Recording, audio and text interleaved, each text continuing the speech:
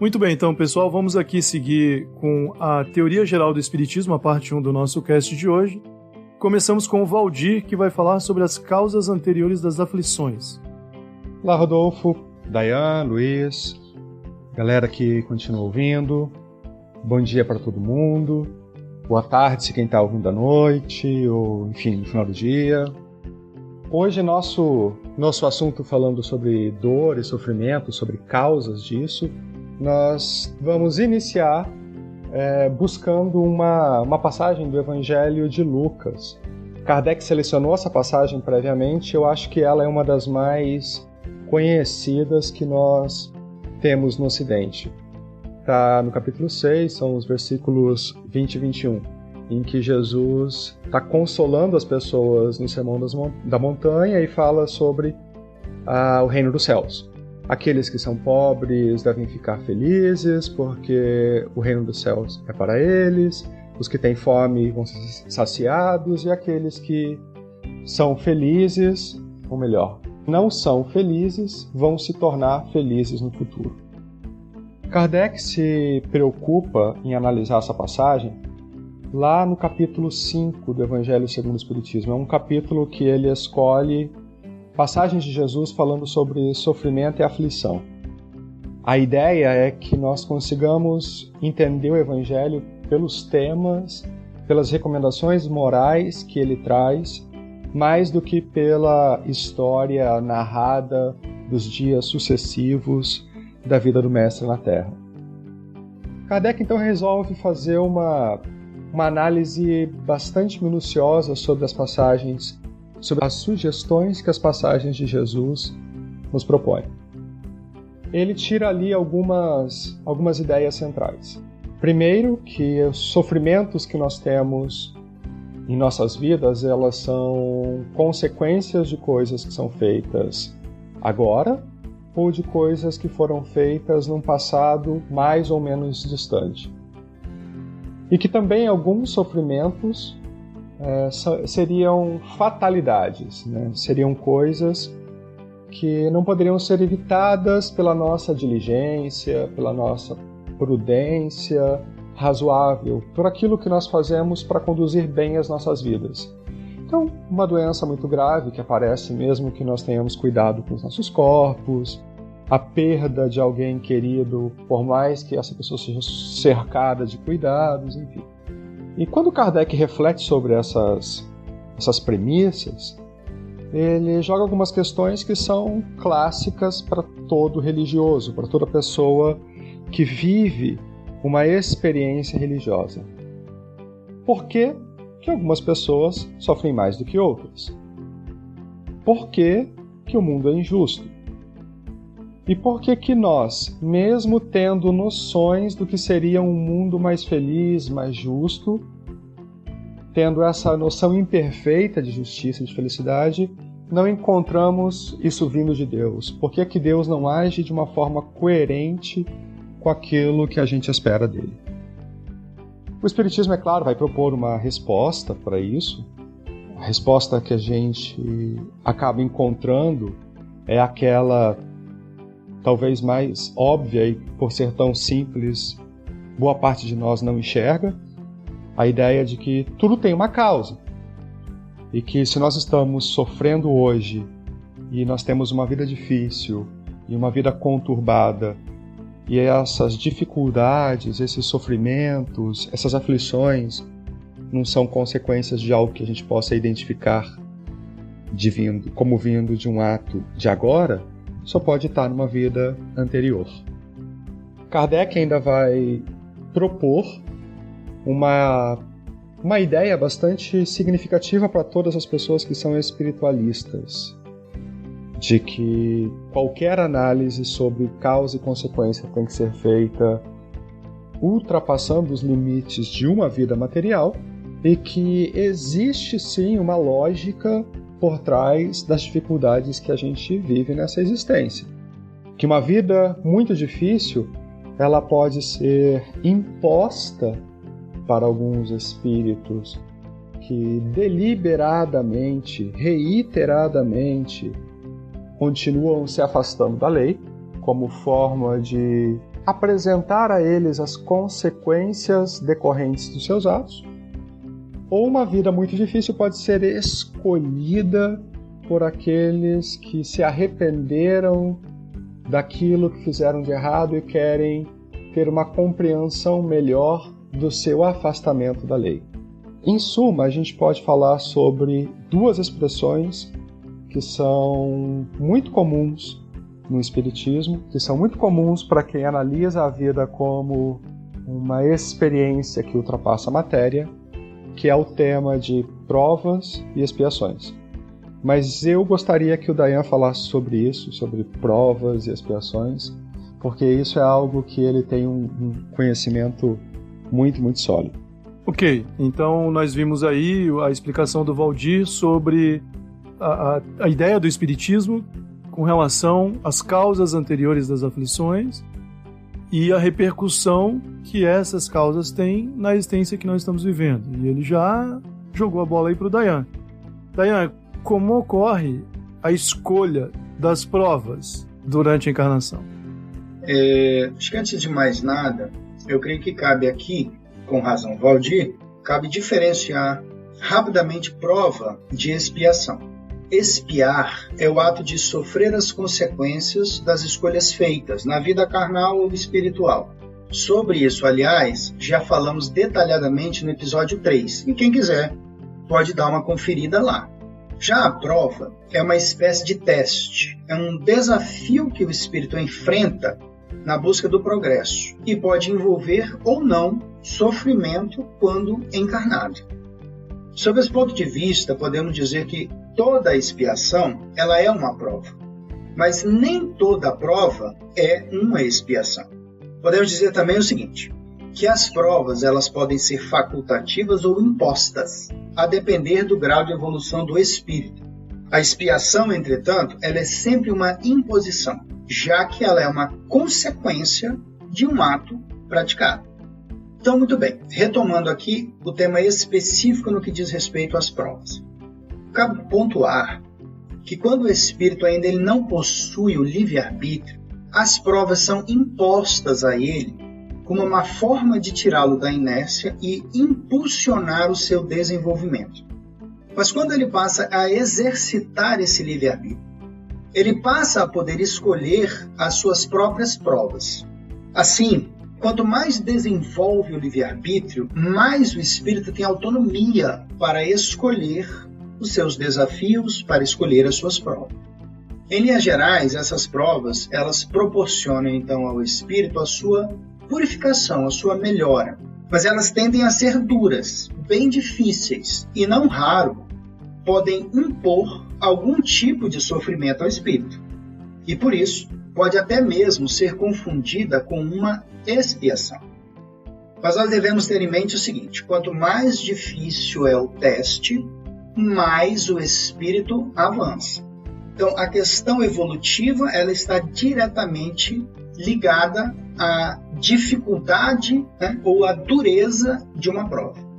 Mas aí alguém pode perguntar, como funciona essa escolha?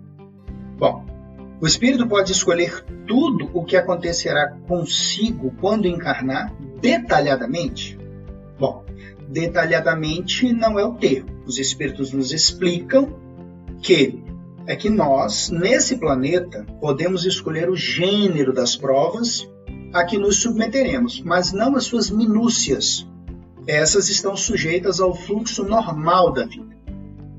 Podemos, portanto, escolher uma profissão, ou a situação econômica em que nasceremos, ou mesmo uma região específica no planeta em que iremos habitar, até mesmo o tipo de morte que teremos. Mas não podemos determinar detalhadamente como essas coisas irão ocorrer. Na prática, elas decorrerão naturalmente, conforme a vida material for se desenrolando, e ocorrerão ou não, conforme formos exercitando encarnados o nosso livre-arbítrio. Escolhemos, portanto, certos marcos importantes na nossa existência, mas não os detalhes de cada um desses marcos. Aliás, sobre esse planejamento, o Rodolfo vai falar mais detalhadamente já, né? Então, não vou me aprofundar mais nesse tema. Retomando. Mas alguém ainda pode perguntar: se o espírito pode escolher suas provas, por que ele não escolhe as mais fáceis? Aquelas que ele sabe que conseguirá cumprir. A avaliação que nós fazemos esclarecem os espíritos. Das dificuldades das provas, enquanto encarnados, é uma. Desencarnados é outra. Kardec afirma que o espírito liberto percebe que os prazeres terrenos são ilusórios e que não vale a pena perder tempo com eles, sendo infinitamente mais proveitoso esforçar-se arduamente para vencer os sofrimentos terrenos do que perder tempo com prazeres mundanos que nada significam para o espírito. Portanto, as provas, de um modo geral, nesse planeta, elas decorrem da nossa capacidade de realizar escolhas. E quando o espírito encarna, ele fez escolhas de um modo geral, escolheu genericamente as provas a que iria se submeter, visando, portanto, o seu aprimoramento espiritual. É assim que funciona o mecanismo e, de um modo geral, é assim que funcionam, portanto, essas escolhas. Muito bem, então. Vamos dar sequência aqui a esse estudo. O Dayan já apontou o caminho aqui da parte 3 da nossa exposição sobre a teoria geral do espiritismo. O Dayan citou aí o fato de que os espíritos, à medida que evoluem, começam a participar mais das escolhas com relação aos próximos passos que eles devem enfrentar. Considerando o fato de que todos nós somos espíritos imortais, encarnando, desencarnando e reencarnando com a finalidade de evoluir, nós temos aqui um mecanismo que faz parte da lei natural, certo? É muito importante que a gente tenha isso em mente. Independente do que aconteça, da forma como os espíritos se organizam no mundo espiritual, independente de eles constituírem comunidades bem organizadas, até politicamente organizadas, a reencarnação é uma lei da natureza. Na verdade, ela é um mecanismo da lei de evolução. Então, para atingirmos objetivos importantes para o nosso próprio caminho evolutivo, a gente precisa da encarnação. Como nós vimos aí na explicação do Valdir e do Dayan, cada um de nós fica atrelado às consequências das escolhas que vai fazendo ao longo desse caminho. E nós não podemos, até porque essas consequências têm a ver com o nosso próprio estágio de desenvolvimento, nós não podemos abandonar ou afastar de nós as consequências dessas escolhas. Bom, então o que acontece? A cada reencarnação, nós vamos nos deparar aí com oportunidades e obstáculos. As provas e as expiações são os obstáculos. Porém, é importante ter em vista o seguinte: dado que as provas e expiações significam no nosso caminho erros que nós temos que corrigir para seguir em frente, as provas e as expiações também são oportunidades. E é aqui que a gente precisa fazer alguns ajustes na linguagem para entender melhor o que vem pela frente. Então, para que a gente consiga aproveitar melhor essas oportunidades, à medida que o espírito vai ganhando consciência das suas obrigações, ele começa a participar mais das etapas de preparação para poder reencarnar. Então, o que é que os espíritos foram nos ensinando ao longo do tempo? Aqui eu vou fazer referência ao livro Missionários da Luz, terceiro livro da série A Vida no Mundo Espiritual, lá do André Luiz, psicografia do Chico Xavier. Lá no livro Missionários da Luz, o instrutor Alexandre diz o seguinte para o André Luiz, planejando a reencarnação de um indivíduo chamado Segismundo. Ele diz o seguinte, ele diz: André, para a imensa maioria das pessoas, funciona a lei natural. As pessoas encarnam e desencarnam no fluxo da lei natural. É um mecanismo natural que age sobre a reencarnação. Ocorre que, com o tempo, nós vamos ganhando em consciência e vamos percebendo com mais clareza a própria vida espiritual. E aí, com o desenvolvimento, o aprendizado das virtudes e o senso de responsabilidade, a gente começa a receber ajuda, auxílio, suporte da imensa comunidade de espíritos que estão aqui em volta da gente. E aí aparece, pela primeira vez na literatura espírita, o termo planejamento reencarnatório. Esse planejamento é muito intrigante porque ele basicamente significa algo que somente hoje a gente está compreendendo, inclusive enquanto a gente pensa na teoria da evolução da biologia. Significa que os espíritos, aos poucos, começam a interferir no processo evolutivo. Então nós temos ali a lei natural, que faz funcionar o mecanismo da reencarnação. Então se você pensar assim, eu tenho aqui um parente, um espírito que desencarnou em sérias dificuldades, ele está aqui na vida espiritual, aqui em volta da gente, da nossa casa.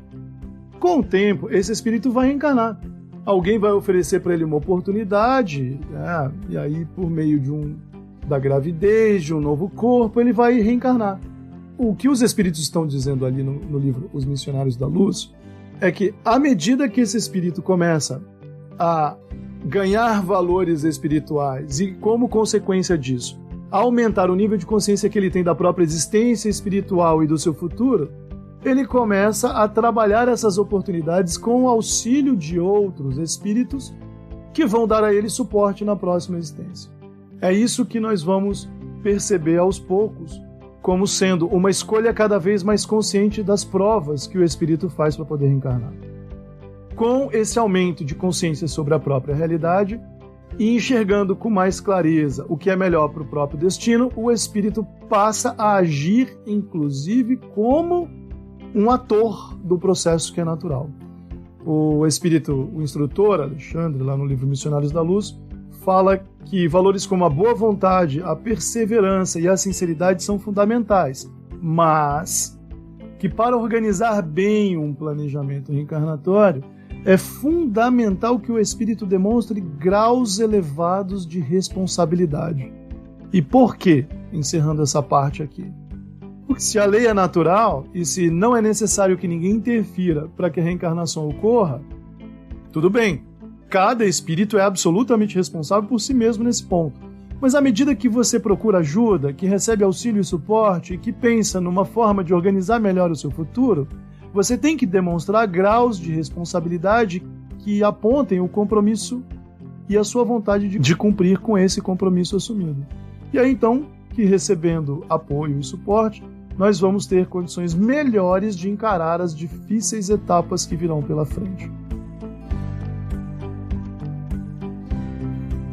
E para poder avançar nesse sentido, eu vou pedir que o Valdir responda aqui para a gente, comece a responder as perguntas que nós fizemos para discutir a aplicação da teoria geral na sequência do nosso estudo. Quais são as principais características que indicam que os problemas que eu enfrento são provas ou expiações que eu não posso deixar de enfrentar nesta existência? Bom, Rodolfo, esse é o tipo de questão que exige uma prudência muito grande na hora de ser respondida, porque o sofrimento, a dor, enfim, os problemas, eles são a natureza essencial da vida na Terra. Jesus já dizia que a felicidade não é desse mundo, então o que é desse mundo é o que não é a felicidade, digamos assim. E as pessoas podem, se agarrar a qualquer concepção que a gente tenha de indícios de que seriam essas características de alguma coisa que eu tenho que enfrentar e levar isso a ferro e fogo, o que seria muito ruim.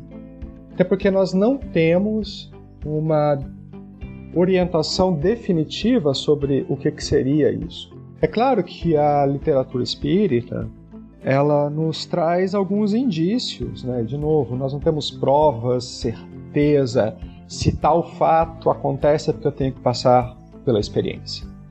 O que eu tenho são repetições constantes de histórias. Então, as histórias que a Ivone psicografa, seus romances dos anos 1940, 50, enfim. E o que a gente pode retirar disso? Nós podemos retirar uma característica primária e uma característica secundária das experiências que são absolutamente necessárias para a nossa vida. A gente poderia fazer algumas apostas no sentido de que Alguns eventos não poderiam deixar de ser vividos.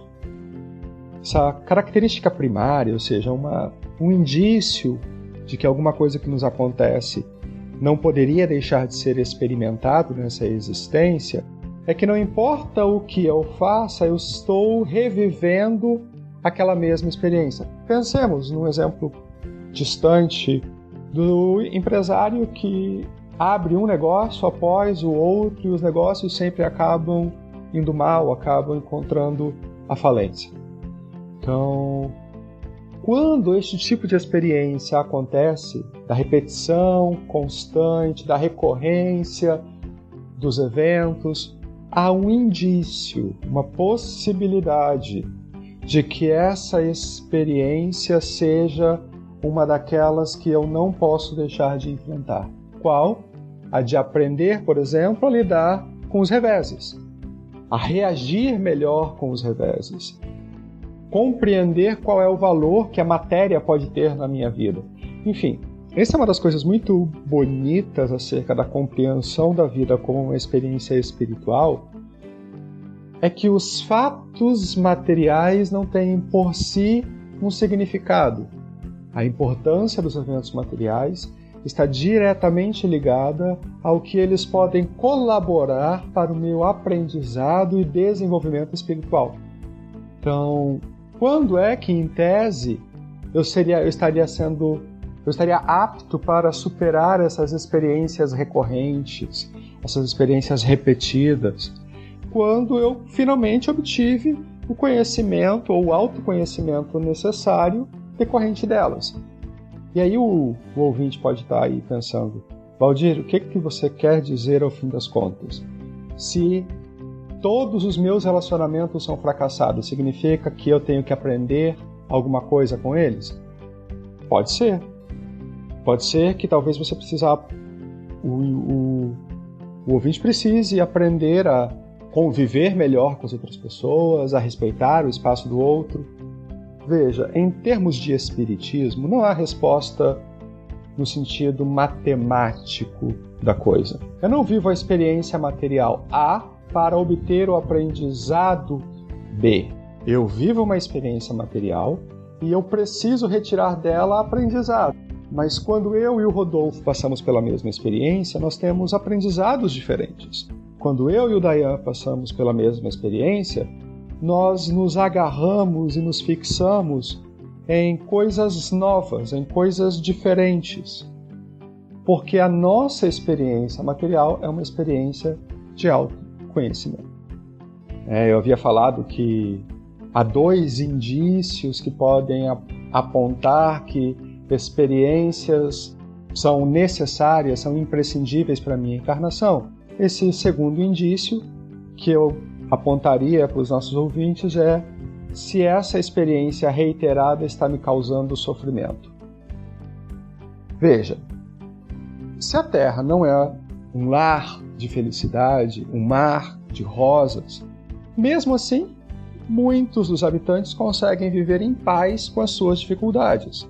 Eles conseguem passar pelos momentos de sofrimento, de provação, de problemas, sem se abalarem profundamente, sem se desestruturarem, sem perderem o seu norte, porque estão passando por uma experiência que é demandante, que os exige muito. Então, se uma experiência está sempre reaparecendo na minha vida por caminhos diferentes, não importa o quanto eu tente fazer algo novo, e isso me causa sofrimento, então eu tenho aí 2 bons indícios de que aquela vida, aquele processo é essencial para mim. E que dele eu devo aprender algo, eu devo extrair um conhecimento, uma oportunidade de autoconhecimento, de melhoramento. Bom, no fim deve estar todo mundo pensando assim, tá, e o que eu faço então? A gente precisa continuar tentando.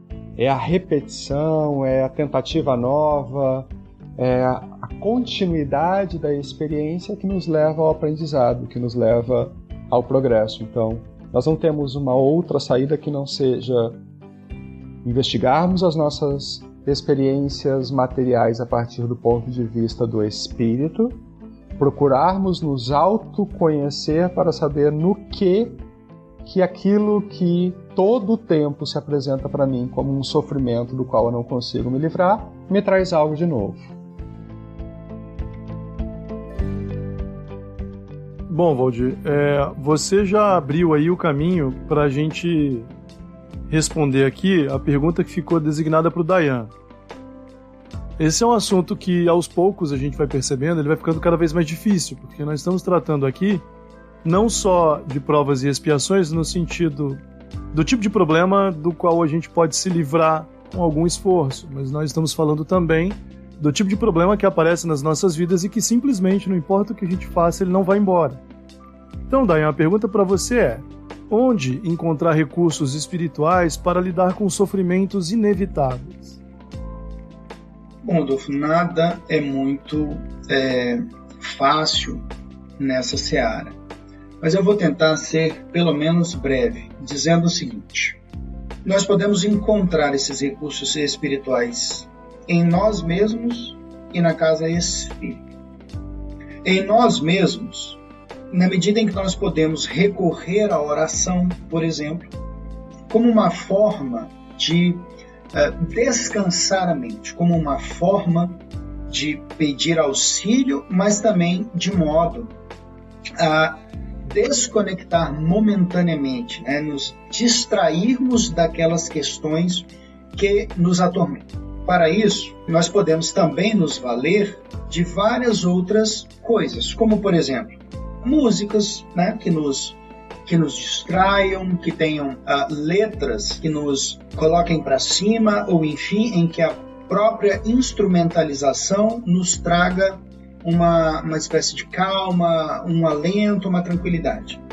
Também podemos recorrer à boa leitura, Aqui os espíritos chamam de leituras edificantes, especialmente no que tange a livros doutrinários ou mesmo romances espíritas que têm uma carga ali de conteúdo moral bastante elevada. A prática de atividades sociais no sentido de buscar auxiliar o próximo, estar exercitando ali de modo muito próximo atividades que nos ligam à caridade. Então, exercitar a caridade também é um modo de nos irmos fortalecendo, nos preparando e nos distanciando, buscando angariar forças, portanto, para fugir ou para escaparmos, enfrentarmos ou vencermos as nossas dificuldades. E também não poderia deixar de dizer da prática de atividades físicas lúdicas, porque isso fortalece o corpo, mas também fortalece a mente e sempre sempre nos distrai daqueles problemas que seriam mais pesados de enfrentar. Também é possível encontrar recursos para lidarmos com esses nossos sofrimentos a casa espírita. Na casa espírita, portanto, nós podemos buscar os atendimentos fraternos, se a casa que a pessoa frequenta, ou buscar uma casa que ofereça esse serviço de auxílio. Pode participar de palestras que sempre tem um conteúdo muito elevado, edificante, enfim, em que a pessoa possa, portanto, ali ouvir palavras de consolo, receber lições que possam fortalecê-la naquele momento para auxiliá-la no enfrentamento dessas dificuldades. Pode se valer, por exemplo, do trabalho de passe, que tem esse condão também de tranquilizar, de acalmar, mas especialmente de restabelecer as energias físicas e psíquicas necessárias para o enfrentamento do nosso dia a dia, bem como, dependendo da natureza da dificuldade que ela enfrenta, ela pode se engajar, se matricular em algum dos estudos que são oferecidos na casa, de modo a que, conhecendo melhor esse mecanismo mesmo de ação e reação, de prova, de expiação, entendendo melhor, conhecendo o tema em profundidade, ela possa compreender pelo que está passando e daí mesmo extrair os elementos necessários para poder vencer essas dificuldades. No meu modo de ver, para concluir, nós podemos retirar, portanto, esses recursos espirituais tanto de nós mesmos, buscando em nós mesmos essa força através de tudo isso que eu já coloquei, e também por intermédio da casa espírita. Então nós tivemos ali o Valdir discutindo como saber, ter mais conhecimento a respeito da situação que eu vivo agora.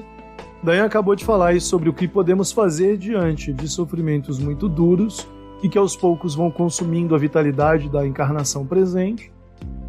E agora coube a mim responder aqui uma pergunta que também é muito comum, que é a seguinte: muito bem, e se eu não quiser?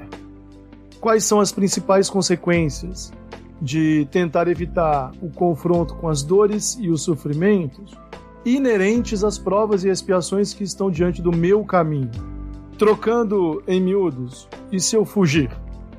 Quando a gente diz aqui evitar, nós não estamos falando objetivamente de ser possível evitar a dor e o sofrimento que é ou que são consequências das minhas próprias escolhas. Da dor e do sofrimento ninguém foge, especialmente durante a encarnação. Mas nós pensamos aqui mais no problema de alguns de nós que insistem em fugir à necessidade de enfrentar de forma responsável as consequências dos seus próprios atos. E é aí que o problema aparece. Sim, é possível fugir à tomada de consciência e à admissão das responsabilidades que geralmente são cobradas por esses processos dolorosos. O abandono dos vícios, de comportamentos inaceitáveis, enfim, é possível fugir e não aceitar o convite à transformação moral. Quem evita esse confronto se candidata a novas experiências dolorosas até que a causa do sofrimento seja desfeita. Muita gente que passa por provas muito difíceis pensa do seguinte modo: se eu tenho várias vidas, eu deixo para a próxima.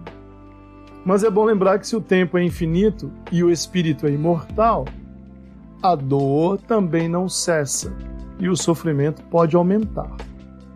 Justamente por isso existe sim abre aspas, tempo perdido, fecha aspas. Ou melhor dizendo, existem oportunidades perdidas, como nós vimos lá na pergunta sobre planejamento reencarnatório. Pode ser o caso de passarmos por algo muito difícil sem perceber e que nossas dificuldades foram amenizadas pelo socorro espiritual.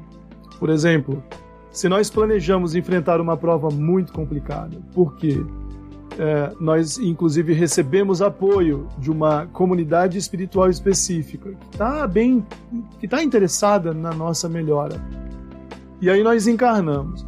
E quando as dificuldades começam a aparecer, a gente se opõe ao reconhecimento daquilo que a gente precisa mudar dentro da gente mesmo, como, por exemplo, o Valdir citou aí. Se você vive relacionamentos muito conflitantes, tempestuosos, e foge à necessidade de pensar naquela parte que lhe cabe nos problemas, você vai continuar enfrentando esse tipo de dificuldade e não vai conseguir fugir do sofrimento que é relativo a esse conjunto de dificuldades. Por quê? Porque a causa não foi transformada. E todo o sofrimento é decorrente, de algum modo, de uma necessidade que nós temos dentro de nós mesmos. Então, quando a gente insiste nos erros, talvez numa próxima encarnação, a gente já não consiga mais contar com o mesmo tipo de apoio que nós recebemos hoje. Ou seja, os obstáculos no caminho irão nos proporcionar momentos ainda mais dolorosos lá na frente. Então parem para pensar assim, hoje as coisas estão muito difíceis, mas você tem o apoio de uma mãe dedicada e zelosa. A dor não vai embora porque é uma doença grave e que insiste em consumir a sua vitalidade. Mas a sua mãe está ali do seu lado. Ou às vezes é o seu irmão mais novo que não te abandonou. Pode ser um amigo. Podem ser pessoas na sua comunidade que te ajudam com pequenas coisas, mas cada pequena ajuda torna o fardo menos difícil de carregar. Na medida em que a gente se esforça por procurar dentro de nós mesmos aquilo que a gente precisa melhorar, a relação com a dor vai se transformando. Não que, como eu disse antes, nesses casos mais graves, não que a gente possa se livrar dela enquanto encarnados, mas a gente vai preparando o espírito para tomar mais consciência, e a melhora moral vai nos tornando candidatos a estágios de desenvolvimento menos dolorosos. O que a gente tem que fazer aqui é entender o seguinte: por mais que seja natural evitar o confronto com a dor e o sofrimento, por mais que seja natural procurar o alívio, e isso a gente deve fazer sempre, a gente precisa, nesses momentos mais graves, procurar fazer uma reflexão íntima e nos perguntar constantemente como nós podemos aproveitar a oportunidade da encarnação para continuar progredindo moralmente em busca dessa transformação pela qual nós todos estamos aqui. Nós vamos seguir agora, passando para a parte 3 do nosso estudo, discutindo alguns mal-entendidos que esse tema sempre deixa na nossa cabeça. Então vamos passar agora à última parte do nosso episódio e vamos discutir aqui alguns mal-entendidos com relação a esse tema. E nós elaboramos aqui um questionamento que é muito recorrente, e nós três vamos conversar um pouco sobre ele. Se durante a existência física a dor é inevitável, e algumas delas são muito intensas, a felicidade real, aos nossos olhos, portanto, não pertence a este mundo. Mas se o nosso destino é reencarnar, ou seja, se o futuro que nos aguarda é voltar para cá, que tipo de felicidade eu posso esperar enquanto estou por aqui? Resumindo, a discussão, a vida na Terra em provas e expiações pode ser boa? O que é que vocês acham? Rodolfo, olha só, boa não é perfeita, tá? Boa dá pra ser. A gente vai ter um ponto de alegria aqui, um ponto de alegria ali. Mas, de novo, é um ponto, não é uma linha. Existe aí uma discussão que vem desde a época da Grécia Clássica, que você está levantando nos outros episódios do podcast, e que cedo ou tarde você vai acabar chegando nos filósofos que falavam sobre isso, que é uma ideia de frugalidade e de aceitação do destino. Então, o que eu diria que agora é que boa, ela dá para ser. Olha, eu acho muito interessante a passagem em que o Cristo nos disse que a felicidade não é deste mundo. Referia-se ele que, por mais alegre e feliz que nós possamos nos sentir, esse sentimento que nos assalta não é a verdadeira felicidade. É o que ele deixava claro. A verdadeira felicidade, ela não existe na Terra. O que nós temos são pequenos sopros, são vislumbres desse estado divino. Mas apesar disso, eu concordo com o Valdir, sabe? Porque me parece que é uma coisa que nós não podemos deixar de levar em consideração, que é um ponto de vista. Quem está na Terra não conhece, portanto, a felicidade. Tem contato apenas com momentos de alegria, que seriam vislumbres, uma imagem muito pálida, muito grosseira desse estado permanente que seria a felicidade. Entretanto, como nós não sabemos o que ela é, aquilo que nós vivemos sob o nosso ponto de vista, portanto, ela tem um significado, tem um valor. Olha, isso que eu estou sentindo, isso que eu estou vivendo, como o Valdir colocou, é bom, é positivo. E ainda existe algo que é muito melhor do que isso, então é algo que nos impulsiona. Então, do ponto de vista de quem vive na Terra, a vida, de fato, ela pode ser boa. Se você, entretanto, está num mundo adiantado que o planeta, quando você olha para a Terra e fala, ali não tem condição de se ter uma vida feliz de jeito nenhum. Então, há, portanto, essa diferença no ponto de vista. Então, a vida na Terra, de fato, ela não é perfeita.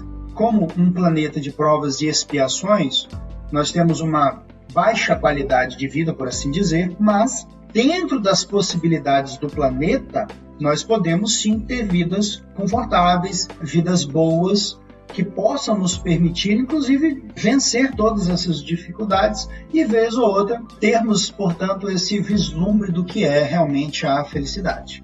Esse tema pode ser aprofundado de muitas formas diferentes, e o Espiritismo descortina uma realidade que é muito dura de compreender, até porque, como vocês mesmos disseram, do ponto de vista de quem está encarnado, a gente não consegue abandonar, sobretudo quando está passando por muito sofrimento, a ideia de que a vida pode ser melhor em outro lugar, né? Isso faz parte da nossa natureza, projetar uma existência diferente, sob condições melhores.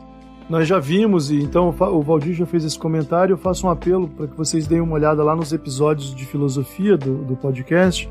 Representar a vida fora do mundo material, sem dor e sem sofrimento, é algo que nós fazemos há milênios. Né? Sempre fizemos isso de um modo muito imperfeito, muito metafórico.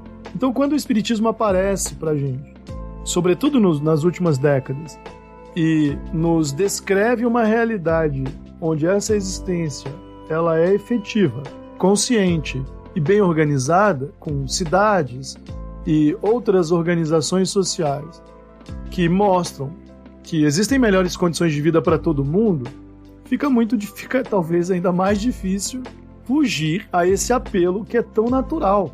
Afinal, se nós somos espíritos imortais, não tem como não ser natural pensar na vida espiritual. E aí eu entendo e compartilho essa compreensão de que a felicidade, portanto, não é deste mundo.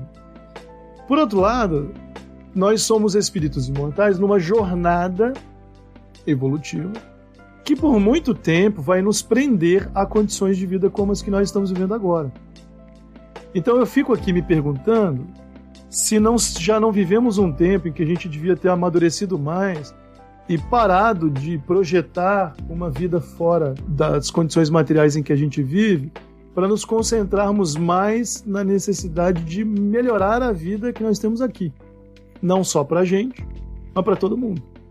Eu concordo, e acho que é inevitável, sob o ponto de vista do pensamento cristão, inclusive, reconhecer que a felicidade não é deste mundo, mas gosto de concentrar a minha reflexão nesse entendimento. Então, assim, pensando assim que a vida pode ser boa, já me parece o bastante para dizer que a vida pode ser feliz.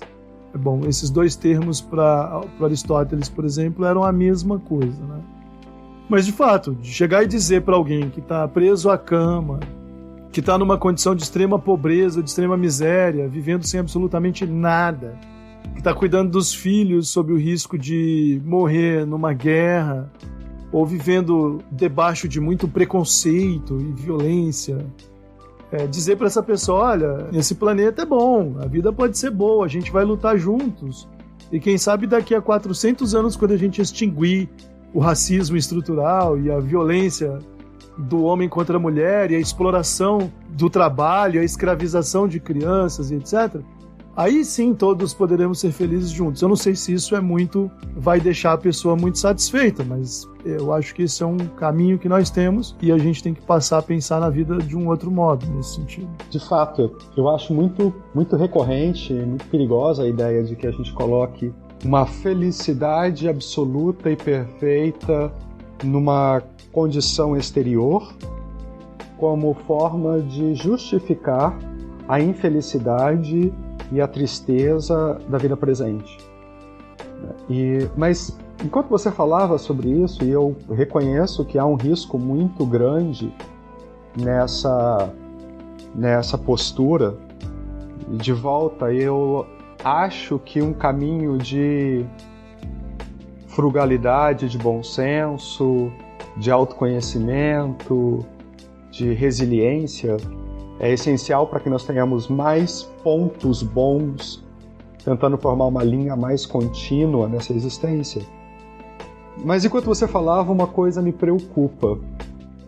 Será que não há uma tendência, quando nós estamos nos referindo ao tipo de problemas que você referiu, em ligar de forma imediata felicidade e posse de bens materiais, felicidade e satisfação das vontades de usufruir da vida material? Olha, se você pensar na classe média que tem acesso a recursos e pode viver de modo frugal, abrindo mão de parte dos recursos, eu acho que encaixa na tua reflexão, mas quando eu penso que a maior parte dos habitantes do planeta não tem acesso à água potável e para eles a vida é ruim, por falta de saneamento básico, falta de vacina e comida, eu não tenho como deixar de refletir que a posse de bens básicos é essencial para ter uma vida boa, sim. E aí a gente tem que pensar no seguinte: para que eu possa ter uma encarnação bem-sucedida, e sobretudo atacando problemas morais que fazem parte da minha natureza, eu também preciso de um ambiente que favoreça minimamente, por exemplo, a capacidade de autorreflexão e aprendizado. Então, uma criança que não estuda, que não tem o que comer, que vive debaixo de um teto extremamente violento, que é obrigada a se escravizar pelo trabalho para sobreviver, que vai muito jovem para uma guerra, as chances desse espírito de poder parar e pensar nos próprios problemas acaba sendo muito pequena. É aí que eu acho que os cristãos cometeram, no geral, um erro e que talvez o espiritismo, não por si mesmo, mas por responsabilidade daqueles que o promovem e divulgam, nós, pode cometer esse erro também. E a gente deveria evitar isso. A vida material na Terra, por muitas encarnações, continuará sendo o nosso lar primário, o nosso lar causal, digamos assim.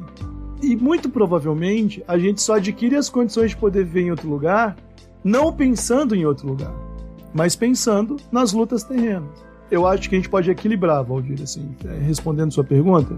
Sim, nós temos milhões de pontos de vista e níveis diferentes de existência. Nós vivemos um planeta muito diverso. E você está certo nesse ponto, eu acho, de dizer, olha, nós temos aqui espíritos muito distintos passando por etapas evolutivas muito diferentes entre si. A gente só poderia fazer um ajuste nessa reflexão, que é a de evitar ao máximo, enquanto a gente procura a melhora moral, o caminho do bem, evitar projetar uma vida espiritual feliz sob condições de existência melhores, enquanto a gente não se preocupa com melhorar a vida aqui, inclusive pensando nos outros. Eu acho que esse é inclusive o caminho da evolução, é esse abandono de si mesmo, em direção a um bem geral, a um bem comum, a um bem maior. E às vezes eu penso que a mensagem primária do Evangelho vai sendo esquecida. E a gente vai tendo uma abordagem muito individualista nesse sentido. O bem comum, o bem maior, a causa última, que é a origem de todo bem, que é Deus, nesse sentido, vai desaparecendo da nossa mente em troca do bem-estar, da promoção da evolução individual, da preocupação com se livrar da dor e uma cura a qualquer custo da dor e do sofrimento, né?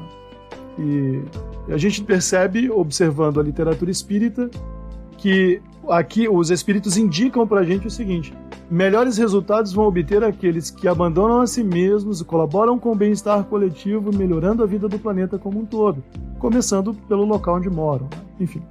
Deixa eu dar um pitaco. Estava ouvindo vocês aqui e sempre me ocorre o seguinte, que eu concordo que realmente a gente não vive num mundo feliz. E nós temos situações muito diversas no planeta inteiro. Eu acho que o Brasil é o maior exemplo do que é ter uma diferença, né, entre as pessoas que habitam aí o mesmo lugar, o mesmo país, porque as diferenças dentro do Brasil são enormes, são gigantescas, né?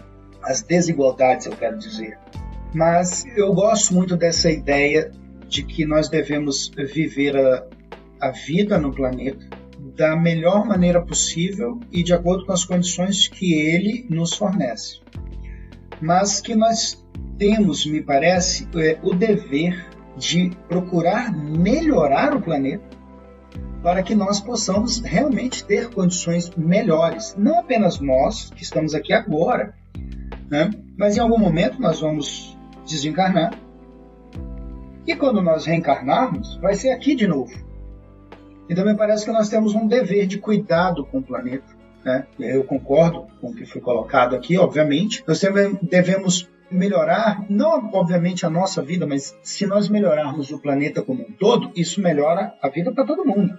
E quando nós desencarnarmos, nós vamos voltar para cá. Então se a gente não fizer nada para cuidar do planeta, procurar melhorar as condições de vida de todos no planeta, nós vamos continuar vivendo nele uma vida miserável em que apenas alguns poucos é que terão acesso a algumas condições minimamente boas de vida, enquanto a grande maioria vai continuar vivendo uma vida terrível, porque se nós não mudarmos as próprias condições do planeta, não vai resolver nada. Me parece que sim, nós devemos viver uma vida da melhor maneira possível, a vida que nós temos agora, mas sempre buscando melhorar as condições do planeta, para que quando voltarmos, nós tenhamos um lugar melhor para habitar, né? Eu acho que esse é um ponto que a gente precisa refletir bastante, né? Que mundo que eu quero para mim amanhã, que eu volto para ele. Bom, Dayan, com as suas considerações aí muito, muito interessantes, juntando todos os comentários de vocês, a gente vai encerrando esse episódio com aquela sensação de que se a gente tivesse mais 1 hora pela frente, a gente ainda continuaria apenas raspando a superfície do tema. Nós agradecemos a vocês por seguirem aí o podcast, por estarem ouvindo. A gente queria fazer um alerta para terminar esse episódio. A gente começou falando disso, a gente queria terminar insistindo nisso, que o Dayan apontou aí a Casa Espírita como um local onde você pode procurar ajuda. A literatura espírita é fundamental também, a busca pelo conhecimento pode ajudar, a confiança em Deus e a oração.